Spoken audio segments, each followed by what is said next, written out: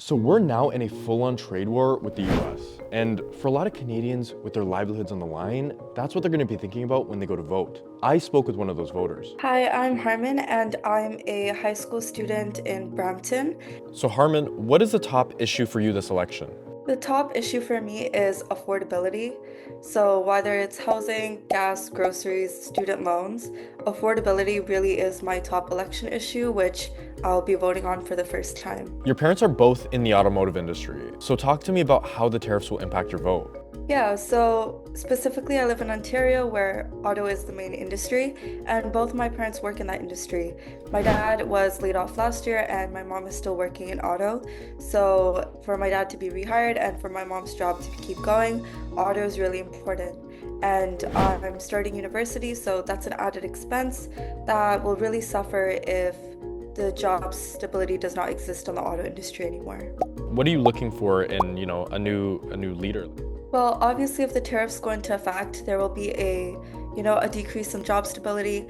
And so I think it really is the federal government's responsibility to make sure that lower and middle class families can still afford, housing, groceries, gas, kind of like as the minimum.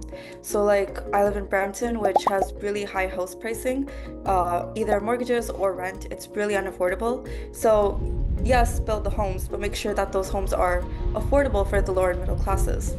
And then in addition, groceries is really important. Maybe a tax break or something else that could make sure that, at least the bare minimum of affordability is there.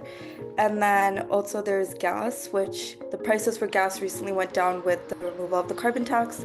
And so that's one of the things that I'm looking at when I'm deciding my first vote. Definitely the responses that we've seen already from all of the different parties, Prime Minister Mark Carney, and all of that he's doing with negotiations with the US, that's really important. We are responding with purpose and with force. Obviously, there's a very optimistic attitude still because it is an election.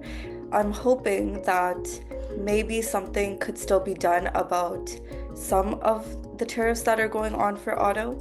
And if something can be done, that's definitely going to win my vote. My parents, they worked really hard for the last 20 years.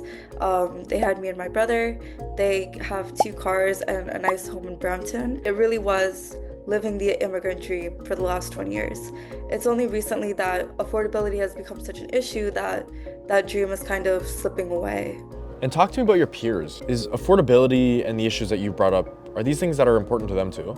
So specifically with a lot of the kids that I go to school with, I've had some conversations with people in my law class, and a lot of them are having some of the same issues on affordability and tariffs and concerns about Canada's economic future. One other big issue is, what will happen 4 years from now when we have bachelor's degrees?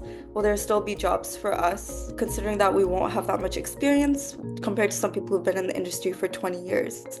And it's your first time voting. So how significant is that for you? Well, since I was a kid, I was always really eager to vote. I used to go with my parents into the voting booth, and I thought it was what made you an adult. There's been a lot of ads on YouTube that I've seen that are attacking the other party. I mean, maybe you've seen the sneaky Mark Carney ads from the Conservatives. And so it feels really hard now to make an informed decision with all of the marketing that's going on because, I want to make an informed decision. I'm looking at their policies, and I feel like that's my responsibility as an adult and as a Canadian voter. But on the other hand, I'm starting to realize why a lot of people don't vote.